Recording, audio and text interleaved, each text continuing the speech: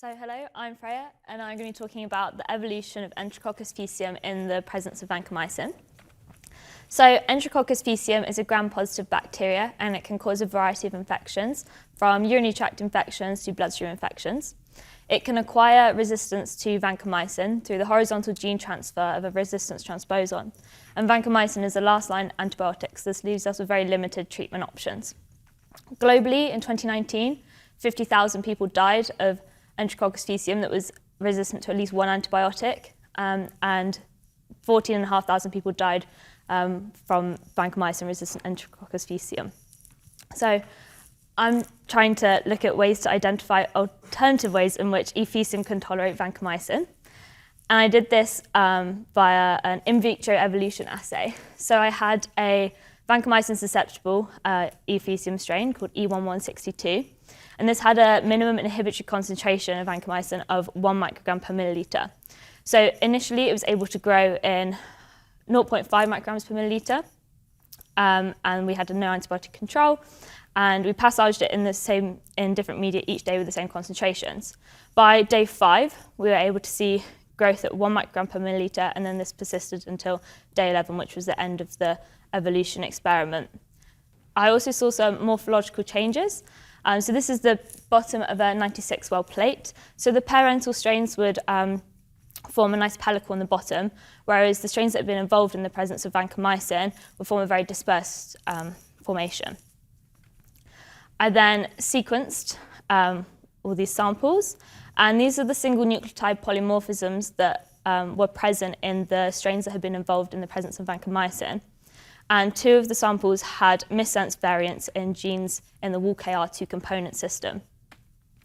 So the first mutation was in WALK/YYCG, and this is when an arginine was mutated into a tryptophan, and this was seen to be in the ATPase domain of the protein. In the second sample, there was a mutation in YYCI, where an asparagine was changed from aspartic acid, and this was in a putative regulator. So both of these mutations were seen to be in the WALKR/YYCFG2 component system. And this is an essential 2-component system for low GC gram-positive bacteria. In Staphylococcus aureus, it has been associated with vancomycin resistance when it's upregulated, specifically in vancomycin intermediate Staph aureus. And this 2-component system also plays a role in cell wall metabolism. And so an example of that is from Shoji et al. And they showed that mutants of WALK and Staphylococcus aureus were able to tolerate a higher concentration of vancomycin. They also showed that the cell wall of a WALK mutant was 1.63 times thicker, and thus allowed them to tolerate more vancomycin.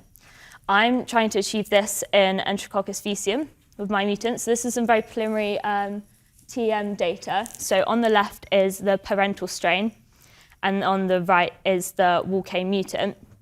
And so, yeah, this is very preliminary, so I'm waiting for better images from a microscope that is more set up for bacteriological samples. But we're hoping to see a thickness in cell wall in the mutant, and hopefully something different is happening there. So my next steps are to further TM images to analyze the cell wall, purification of YYCG/WALK, and biochemical characterization to understand the difference in the protein in the mutant versus the parent strain. I also conducted this experiment with a different strain of E. faecium, so I need to look in the SNPs and that and get that all sequenced. So yeah, thank you very much for listening, and thank you for these lovely people.